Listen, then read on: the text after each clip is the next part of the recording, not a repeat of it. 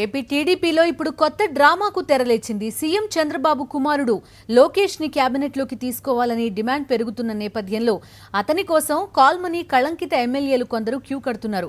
లోకేష్ కోసం తాను రాజీనామా చేస్తానని, అతను తన స్థానం నుంచి పోటీ చేయాలంటూ బుద్ధా వెంకన్న ప్రకటించారు.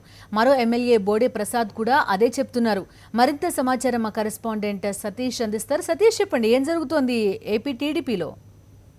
బిందు, ఆంధ్రప్రదేశ్ కేబినెట్ విస్తరణ త్వరలో జరగబోతుంది. అందులో లోకేష్ కూడా స్థానం లభించబోతుందని ఇప్పటికే ప్రచారం జరుగుతున్న నేపథ్యంలో కొంతమంది విధేయులు ఇప్పుడు దాన్ని రాటిఫై చేసేందుకు లేదా లోకేష్ ని కేబినెట్ లోకి తీసుకునేందుకు విస్తృతంగా ఒక రాజమార్గాన్ని వేసే పనిలో పడ్డారు. అయితే ఇందులో ఏదైతే చాలా రోజుల కిందట విజయవాడలో సంచలనం సృష్టించిన కాల్మనీ సెక్స్ ర్యాకెట్ అంశం ఉందో, వడ్డీ వ్యాపారాల పేరుతో పేద ప్రజల నుండి అధిక వడ్డీలు వసూలు చేస్తూ కొంత ఒక నరక కూపం లాంటి వ్యవహారంలోకి మహిళలు నెట్టేస్తున్న ఉదంతం ఉందో, అందులో ఆరోపణలు ఎదుర్కొన్నటువంటి టీడీపీ నేతలు కలంకితులుగా ఎవరైతే మిగిలిపోయారో ఆ కాల్మనీ వ్యాపారానికి సంబంధించి ముద్రపడ్డారో అటువంటి నేతలంతా కూడా ఇప్పుడు లోకేష్ కి ముందు వరుసలో వచ్చి మేము త్యాగాలు సిద్ధపడతామని ప్రకటించడం అనేది రాజకీయంగా మరో సంచలనంగా మారింది. ఎందుకంటే ఇవాళ నిన్నటి నుండి ప్రచారం జరుగుతుంది లోకేష్ సంబంధించి కేబినెట్ లో తీసుకుంటారని.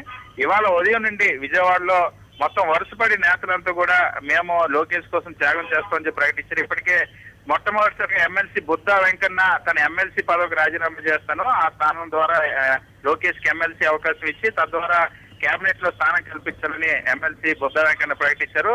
ఈయన సోదరుడి పైన already call money sex racket call money case ఉంది. గతంలో జరిపినటువంటి విచారణలో కూడా ఈయన పోలీస్ స్టేషన్ కూడా తీసుకెళ్లి దర్యాప్తు చేసిన విచారణ జరిపిన పరిస్థితి కూడా ఉంది. ఎమ్మెల్సీ బుద్ధా వెంకన్న గతంలో కూడా చంద్రబాబు కాళ్ళ మీద పడ్డారు. లోకేష్ కి ఎప్పుడు వచ్చినా సరే విజయవాడలో అత్యంత సన్నిహితంగా ఉంటారు. ఆ రోజుల్లోనే విపక్షాలన్నీ కూడా ఆరోపించాయి బుద్ధా వెంకన్న పైన. ఇప్పుడు దానికి ధృవీకరించినట్టుగా ఇప్పుడు లోకేష్ కోసం మొట్టమొదటి త్యాగానికి సిద్ధపడతానంటే ఎమ్మెల్సీ బుద్ధా వెంకన్న ప్రకటించారు.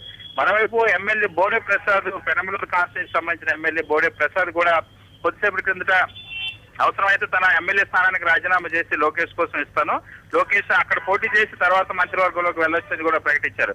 ఎమ్మెల్యే బోడే ప్రసాద్ పైన కూడా కాల్మనీకి సంబంధించిన వ్యాపారులతో సంబంధాలు ఉన్నట్టు ఆరోపణలు ఉన్నాయి. ఎవరైతే కాల్మనీ నిందితులు ఉన్నారో ఆ నిందితులతో విదేశాలకు వెళ్లి ఫోటోలు కూడా దిగిన పరిస్థితి. అసెంబ్లీలోకైనా అసెంబ్లీ బయటకైనా ఆ కాల్మనీ సెక్స్ ర్యాకెట్ వివాదం వచ్చినప్పుడు విస్తృతంగా ప్రచారం జరిగింది.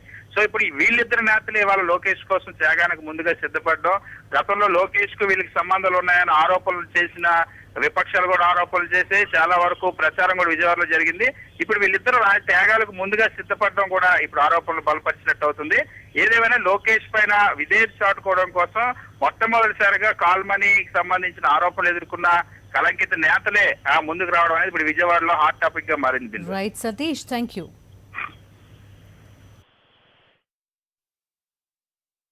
దేశంలో ఎక్కడా లేనటువంటి విధానాన్ని పార్టీ సభ్యత్వం ఉన్నటువంటి వ్యక్తులు ఎవరైనా యాక్సిడెంట్లో చనిపోతే ఆ కుటుంబానికి 2 లక్షల రూపాయలు ఆర్థిక సాయం అందేలాగా రూపకల్పన చేసినటువంటి నారా లోకేష్ ఇవాళ ప్రత్యక్ష రాజకీయాల్లోకి వచ్చి ప్రభుత్వంలో చేరాలని పార్టీ శ్రేణులు, యువకులు ముందు తెలుగుదేశం పార్టీ ఏకకంఠంతో కోరుకుంటున్న టైం ఆసన్నమైంది.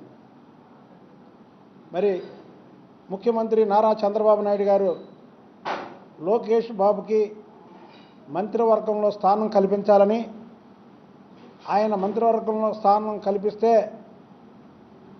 తెలుగుదేశం పార్టీకి ఎప్పుడు బడుగు బలహీన వర్గాలు అండగా ఉంటాయని చెప్పడంలో ఎటువంటి సందేహం లేదు.